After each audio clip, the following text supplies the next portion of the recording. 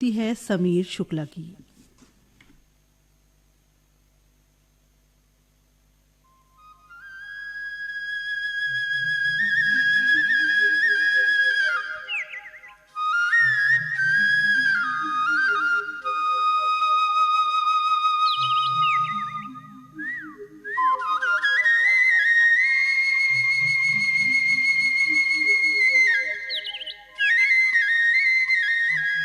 दिव्या के पापा, सुनिए, उठिए, सुबह हो गई है। देखो तो धूप निकल आई है। अरे उठो भी। क्या हुआ? सुबह ही तो हुई है ना। अरे उठ रहा हूँ भाई, उठ रहा हूँ। जल्दी क्या है? वैसे भी आज छुट्टी है, ऑफिस तो जाना है नहीं। लो भाई, उठ गया। हमारी राजकुमारी कहाँ है? वो तो अभी सो रही है, सोने दो उसे। वैसे भी कल रात रिसेप्शन से लौटने में हम थोड़ा लेट हो गए थे। हाँ। वैसे कल की पार्टी कैसी लगी? पार्टी तो भाई शानदार थी, कुछ भी कहो। तिवारी जी ने अपनी बेटी की शादी बड़े ही धूमधाम से की। हमारी दिव्या की शादी भी हम ऐसे ही करेंगे कि सब बिरादरी वाले देखते रह जाएंगे। हाँ हाँ रश्मि, क्यों नहीं, क्यों नहीं। हमारी एक ही तो बेटी है, उसकी शादी में कोई कसर बाकी नहीं रखूंगा मैं। माँ बाप का कितना बड़ा सपना होता है बेटी की शादी।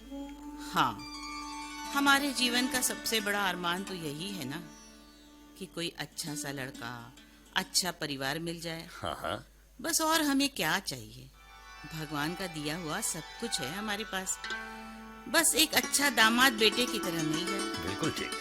मैंने तो शादी में मेरी दिव्या के श्रृंगार की पूरी लिस्ट बना ली है। अच्छा। हाथों में सोने की चूड़ियाँ, उंगलियों में सजी हीरों से जड़ी अंगूठियाँ, वाह। गले में दमकता नेकलेस, कानों में इठलाती बालियाँ, छम छम करती पायल, अच्छा। और साड़ी ऐसे कि सब देखते रह जाएं और कहे कि शादी हो तो ऐसी। और हाँ, फर्नीचर भी मेरी पसंद का होगा। हाँ। तुम दिव्या के दहेज के ही बारे में सोचती रहोगी या किसी अच्छे लड़के का भी पता लगवाओगी? अच्छा, तुम्हारे तो इतने रिश्तेदार हैं, दिव्या के बारे में किसी से बात की तुमने? हाँ हाँ, मैंने परसों ही गिरधारी भैया से बात की है। अच्छा। वो बता रहे थे कि कोई दुबे परिवार है। हाँ हाँ। वो रविवार को दिव्या को देखने आने वाले हैं। अच्छा। लड़का केमिकल इंजीनियर है किसी फैक्ट्री में, और परिवार भी अच्छा है। चलो तब तो ठीक है। वैसे गिरधारी ने हमारे बारे में उन्हें सब कुछ बता ही दिया होगा। हाँ, जरूर जरूर। मुझे तो पूरा विश्वास है, हमारी दिव्या को देखकर भला कौन ना कहेगा क्या कमी है हमारी बेटी में। MBA है, जॉब भी करती है। बस एक बार रिश्ता पक्का हो जाए।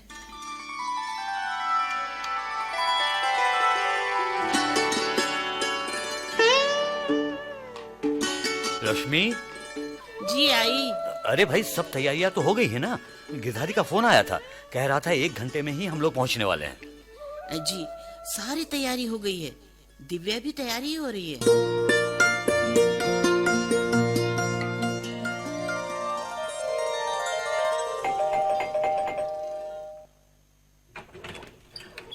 जी आइए आइए आइए। जी क्या कहते हैं किशन भैया?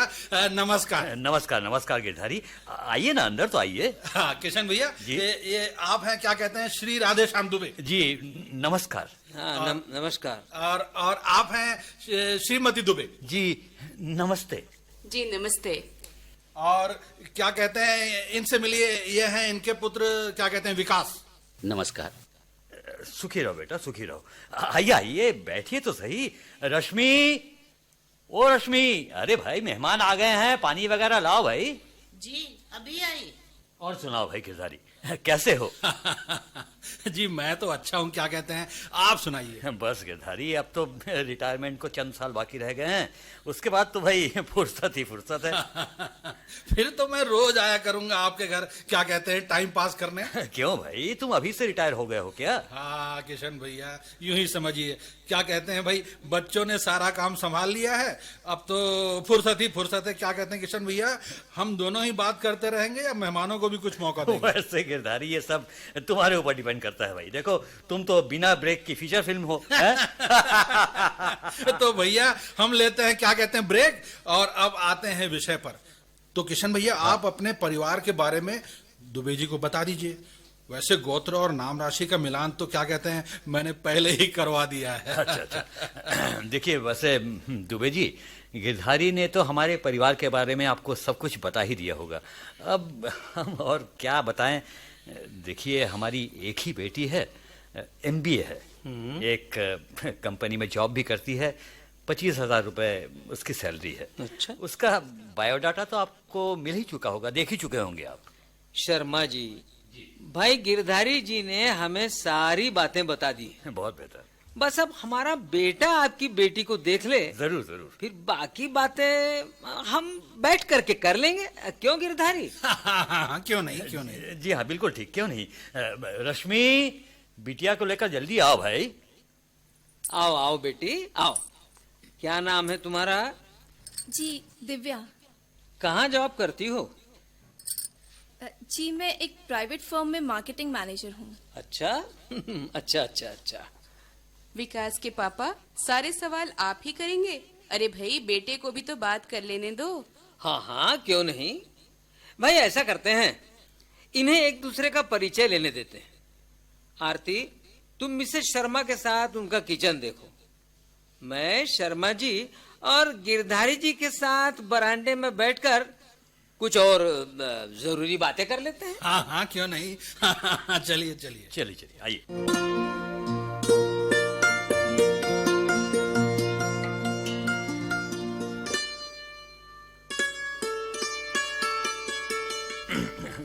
कहिए दुबे जी, कैसी लगी आपको हमारी बेटी? शर्मा जी, भाई हमें तो फोटो देखकर ही पसंद आ गई थी। आप ही बताइए आपको हमारा बेटा कैसा लगा? जी, ये पूछकर क्यों हमें शर्मिंदा कर रहे हैं आप? मुझे तो बेहद पसंद है। हाँ शर्मा जी, हमारा बेटा भी हीरा है, हीरा। इसकी पढ़ाई में ही हमने करीब 30 लाख रुपए खर्च कर दिए हैं। बहुत बड़ी कंपनी में क्वालिटी कंट्रोलिंग का काम देखता है हमारा बेटा। मैं चाहता हूं कि सारी बातें हम अभी से ही कर लें। क्यों गिरधारी? क्या कहते हैं क्यों नहीं। काल करे सो आज कर। शर्मा जी, जी आप अन्यथा मत लीजिएगा। कहिए ना। हमने काफी मेहनत और खर्च करके पढ़ाया है अपने बेटे को। जी जी सो तो है। गिरधारी जी, आगे आप ही बता दीजिए ना शर्मा जी को। हाँ हाँ हाँ जी किशन भैया, दुबे जी पूछ रहे थे कि क्या कहते हैं तिलक की रस्म में शगुन के तौर पर जो रिवाज चला आ रहा है, क्या कहते हैं वही आप तो समझ ही गए होंगे। हाँ हाँ हाँ गिरधारी, मैं बिल्कुल समझ गया। इसमें संकोच वाली कोई बात नहीं है। सारी बातें खुली किताब की तरह हैं दुबे जी। हम अपने बेटी की शादी धूमधाम से करेंगे। दहेज में जो कुछ भी बन पड़ेगा उपहार स्वरूप अपनी बेटी को हम जरूर देंगे। रही बात तिलक की, तो हमारी जितनी हैसियत है हम उतना ही दे पाएंगे। क्यों नहीं किशन भैया, वो क्या कहते हैं ना, फिर भी दुबे जी जरा खुले विचारों के हैं। वो जानना चाह रहे हैं कि क्या कहते हैं वो रकम कितनी होगी। मैंने कहा ना गिरधारी, मैं तिलक खाली हाथ नहीं करूंगा। मैं अभी तो बता नहीं सकता। वैसे आप लोगों की कोई शुभ इच्छा हो तो जरूर बता दीजिए। शर्मा जी, जी अब आप जोर दे रहे हैं और हमें बताने के लिए मजबूर कर रहे हैं। चलिए, तो हमें ये कहते हुए वैसे अच्छा नहीं लग रहा है, मगर आपकी भी इकलौती बेटी है। अरे जो कुछ भी होगा सब उसी का ही तो होगा। मैं कैसे कहूँ भाई गिरधारी जी, अरे आप ही बता दीजिए ना शर्मा जी को। भाई आप दोनों ही कुछ कह नहीं पा रहे हैं तो मुझे ही कुछ कहना होगा। क्या कहते हैं किशन भैया, जी। दुबे जी बड़े संकोची हैं, तो मैं ही कह देता हूँ। क्या कहते हैं इनके बेटे के लिए और भी रिश्ते आए हैं। मगर मैं सबसे पहले आप ही के आने लेकर आया हूँ। बहुत बेहतर, बहुत बेहतर। इनकी इच्छा है कि तिलक में अगर शगुन के तौर पर क्या कहते हैं 20 लाख रुपए रख दिए जाएं तो क्या कहते हैं रिश्ता पक्का। 20 लाख? जी जी किशन भैया, इतनी जल्दी भी नहीं है। आप सोचकर हमें बता दीजिए, बाकी शादी तो आप धूमधाम से करेंगे ही, क्या कहते हैं? क्यों दुबे जी, है ना? हाँ हाँ, क्यों नहीं। तो शर्मा जी, आप हमें खबर करवा दीजिएगा। मेरा ख्याल है लड़के और लड़की ने भी एक दूसरे को अच्छे से जान लिया होगा। क्यों, तो अब चलें? क्या कहते हैं? हाँ, अब चलना चाहिए। अच्छा शर्मा जी, नमस्ते। नमस्ते।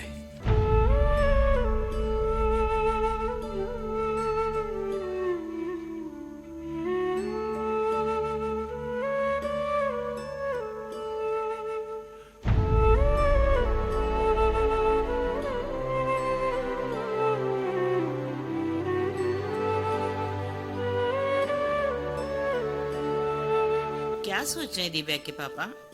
कैसा लगा आपको लड़का? ये तो लालची है। कहते हैं तिलक में 20 लाख रुपए चाहिए। हमने लड़के की पढ़ाई में खर्च किया है। आज 20 लाख मांग रहे हैं, कल 20 और मांगेंगे। अगर नहीं दिए तो मेरी बेटी को प्रताड़ित करेंगे। नहीं रश्मि, नहीं, मैं दहेज के ऐसे लालची परिवार में अपनी बेटी की शादी कभी नहीं करूंगा, कभी नहीं। अपनी हैसियत के मुताबिक तो हम हर जरूरी सामान अपनी बेटी को देंगे, मगर अपने मुंह से मांगने वाले मुझे बिल्कुल पसंद नहीं। मगर तिलक में रुपए देने की तो रस्म है। मैंने रस्म अदायगी से कम मना किया है रश्मि, मगर मैं लालची परिवार में अपनी बेटी की शादी कभी नहीं करूंगा। समझ गई तुम? ये गिरधारी का बच्चा भी किससे पकड़ कर ले आया मेरे घर। खैर, मेरी दिव्या भी कोई ऐसी वैसी नहीं है, वो भी सर्वगुण संपन्न है। उसके लिए एक नहीं हजारों रिश्ते आएंगे। हाँ आएंगे जी, मगर आज के जमाने में केवल लड़की पसंद करने वाले हजारों में एक ही मिलते हैं। लोग लड़की वालों का खानदान, उनका स्टेटस, धन दौलत ही देखते हैं, लड़की की काबिलियत और व्यवहार नहीं।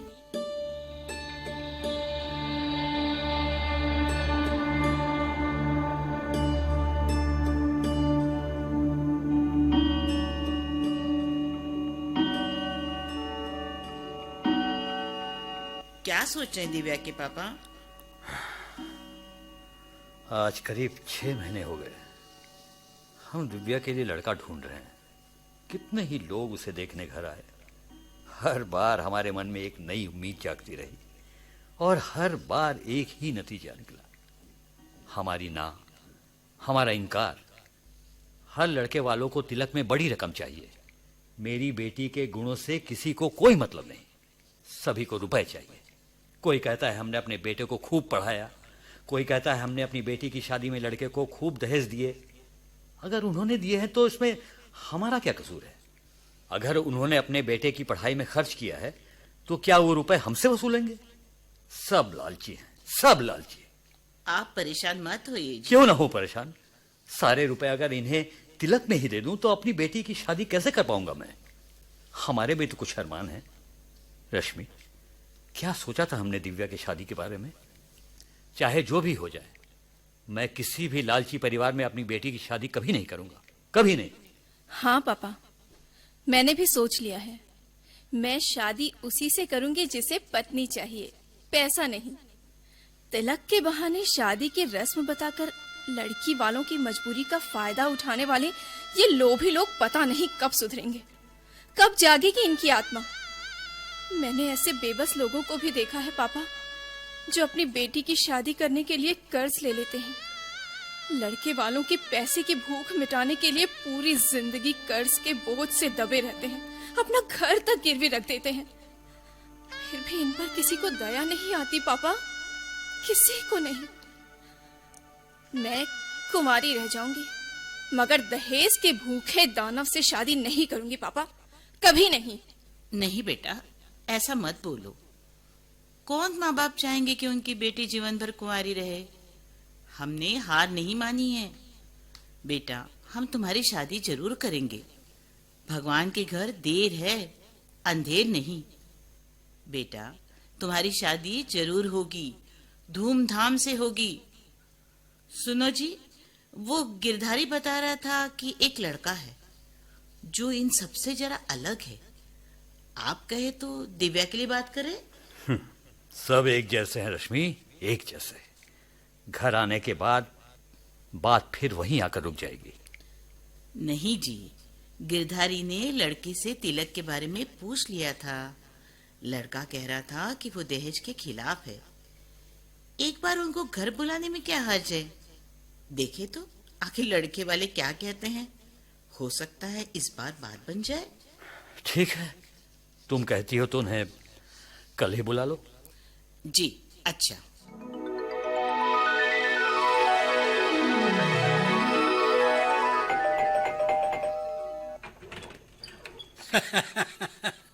क्या कहते हैं? नमस्कार किशन भैया। आओ गिरधारी आओ। नमस्कार।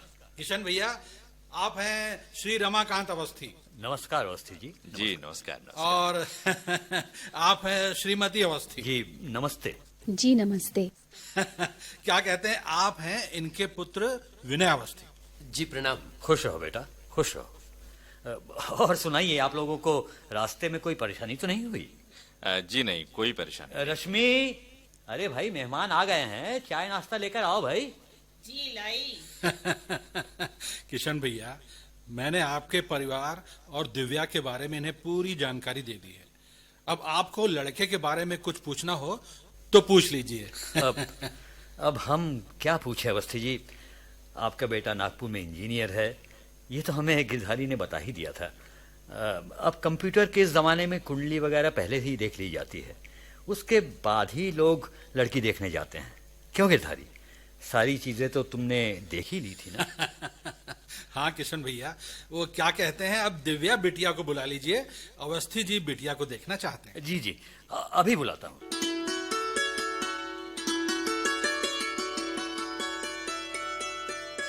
आओ आओ बेटा, बैठो। भाई गिरधारी जी, हमें तो बिटिया से कुछ नहीं पूछना है। विनय, तुम्हें कुछ पूछना हो तो पूछ लो। मुझे तो लड़की पसंद है। जी अब मैं क्या कहूं। हाँ, बस एक बात मैं सबके सामने कहना चाहता हूं। मेरी एक शर्त है।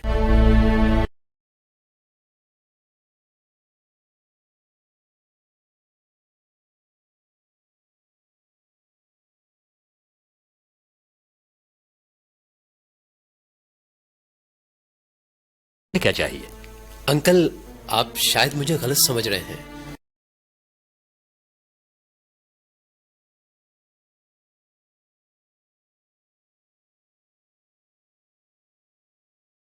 वो पसंद आएगी या नहीं? देखो बेटा, जो भी कहना है साफ साफ कहो। क्यों गिरधारी, ताकि बाद में कोई कंफ्यूजन न रहे।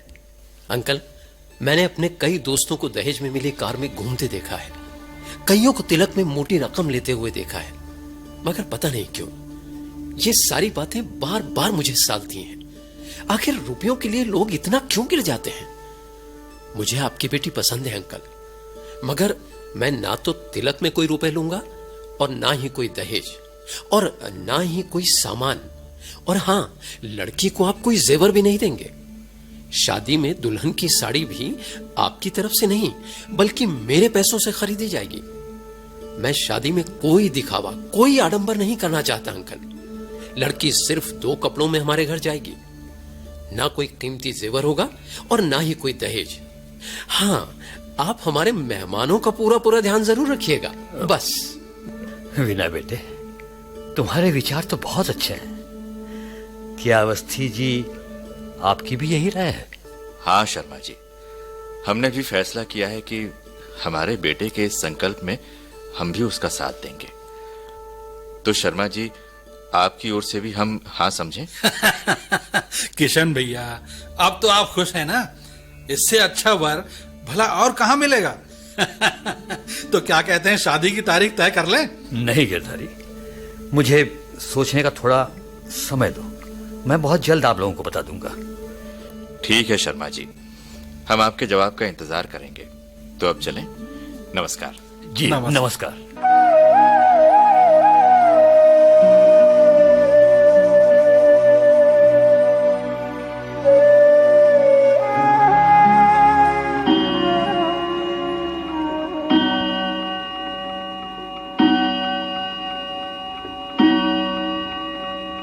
क्या सोच रहे हैं दिव्या के पापा? सोच रहा हूं ऊपर वाला भी कैसी परीक्षा लेता है। अच्छा रश्मि, क्या तुम बिना जेवर और दहेज के अपनी दिव्या की शादी करने के लिए तैयार हो? नहीं जी, जब से मैंने उस लड़के की शर्तें सुनी हैं, मेरा भी मन नहीं मान रहा है। कितने अरमान, कितने सपने देखे हैं हमने दिव्या के लिए। हम बिना दहेज और जेवर के शादी करेंगे तो लोग क्या कहेंगे? इकलौती बेटी की शादी के लिए हमने कुछ भी खर्च नहीं किया। हाँ रश्मि, तुम ठीक कहती हो। मैं आज ही उन्हें मना कर देता हूं। मैं भी इस रिश्ते के लिए तैयार नहीं हूं। मैंने तो दहेज के लालची लोगों के लिए इनकार किया था। इसका मतलब ये थोड़ी ही है कि हम अपनी बिटिया को 2 कपड़ों में ही विदा कर देंगे। नहीं, मुझे रिश्ता मंजूर नहीं है।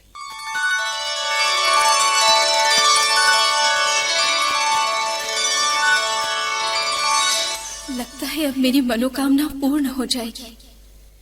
मैं अपने जीवन साथी के रूप में ऐसे ही लड़की की प्रतीक्षा कर रही थी जिसके विचार मेरे विचारों से मिलते हों, जिसके मन में किसी भी चीज की लालच ना हो। मेरी शादी जब विनय जी से होगी तो ये पूरे समाज के लिए कितनी बड़ी मिसाल होगी।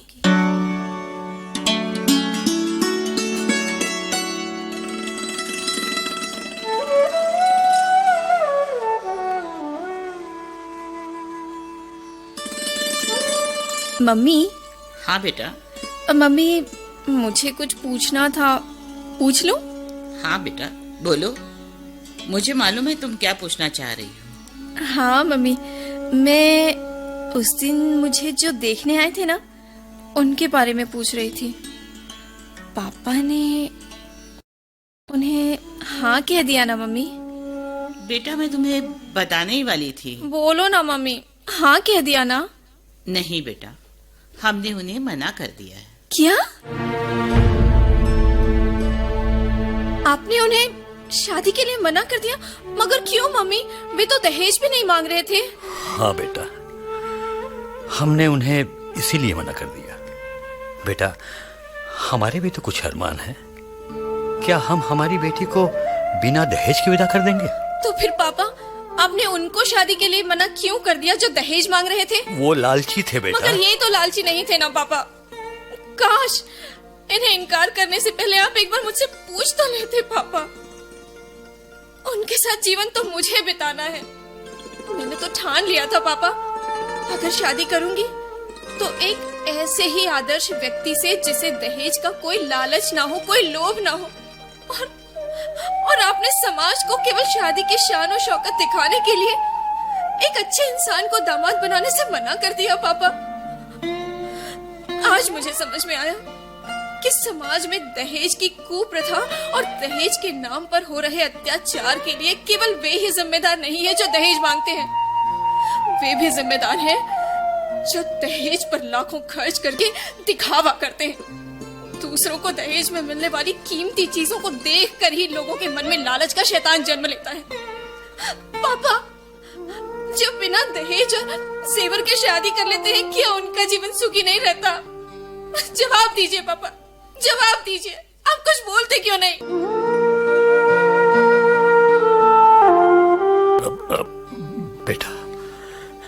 बेटा मुझे माफ कर दो बेटा।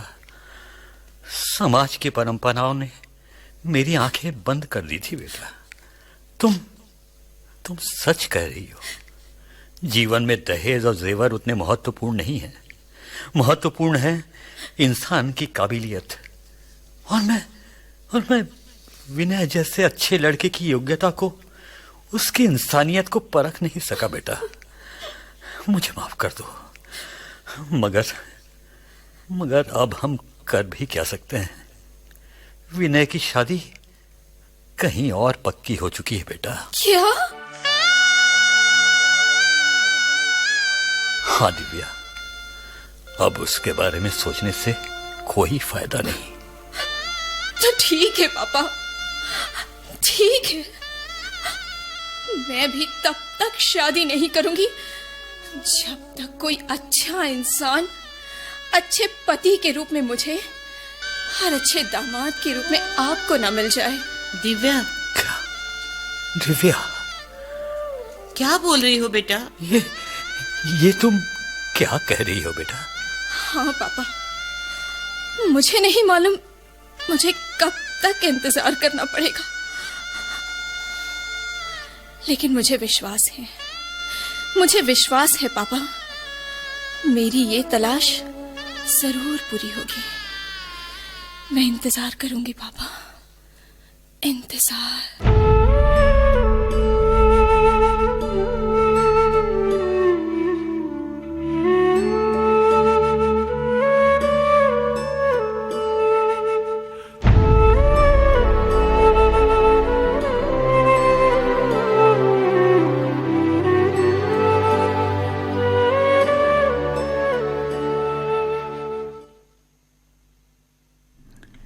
मैं मजबूर हूँ। अभी आपने सुना ये नाटक, लेखक थे दीपक हटवार और प्रस्तुति थी समीर शुक्ला की।